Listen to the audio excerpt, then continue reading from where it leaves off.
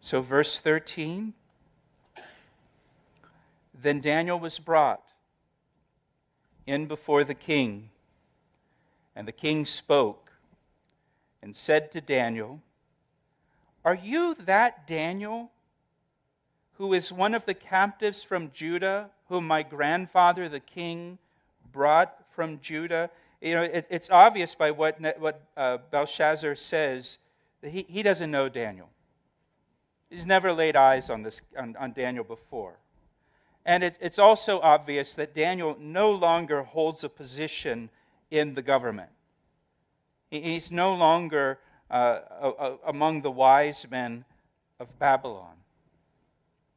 I do find it interesting, though, that when a crisis hit, Daniel is the one who is called to save. Bring Daniel out of retirement. We need him. There's some people who have really no place for God in their life. They don't really want to have anything to do with God until there's a crisis. And you maybe have some friends like that you never hear from them, and then something happens and you get a phone call or you get a text because you're the Christian friend that they have. And so they want to talk to you now. They want you to pray for them, or they want you to go with them to the doctor's appointment that they have. In verse 14, he says, I have heard of you. My grandmother just told me about you. That the Spirit of God is in you, and that light and understanding and excellent wisdom are found in you.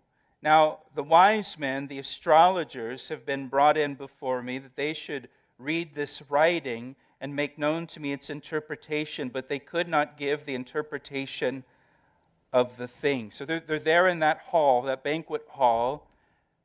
And I think about Daniel here, and as he comes into this banquet hall, and there are the gold and silver vessels from the temple in Jerusalem there. How heartbreaking was it for Daniel as a Jew to see those vessels, on the ground and filled with wine and just so desecrated like that. Verse 16, and I have heard of you that you can give interpretations and explain enigmas. Now, if you can read the writing and make known to me its interpretation, you shall be clothed with purple and have a chain of gold around your neck. The Hebrew word there's bling, and shall be the third ruler in the kingdom. Now, Daniel's in his 80s at this point. One of the great things about older people is they're not afraid to say it straight. They're not worried about offending anybody or hurting anybody's feelings or anything like that. They can be very blunt. And they can just say it like they see it. And that's what old man Daniel does here in verse 17. Then Daniel answered and said before the king, let your gifts be for yourself, and give your rewards to another person.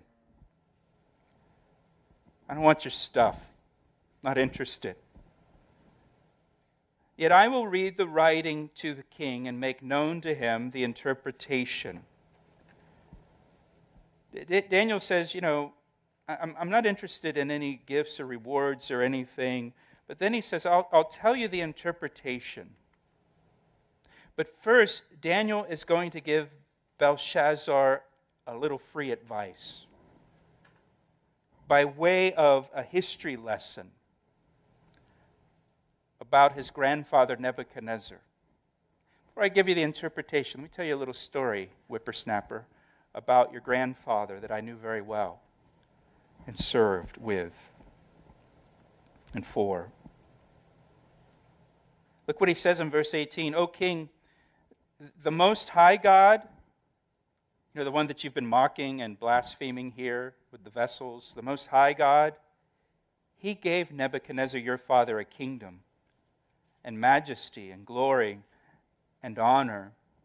And because of the majesty that He gave him, all peoples, nations, and languages trembled and feared before him. Whomever he wished, he executed. Whomever he wished, he kept alive. Whomever he wished, he set up. And whomever he wished, he put down. Daniel makes it very, very clear that Nebuchadnezzar's greatness came from the Most High God. It didn't come from Nebuchadnezzar. His greatness and his power and his authority and those that feared him and respected him, they did it because of God and God's hand on Nebuchadnezzar. It didn't have anything to do with Nebuchadnezzar. It was all the Lord.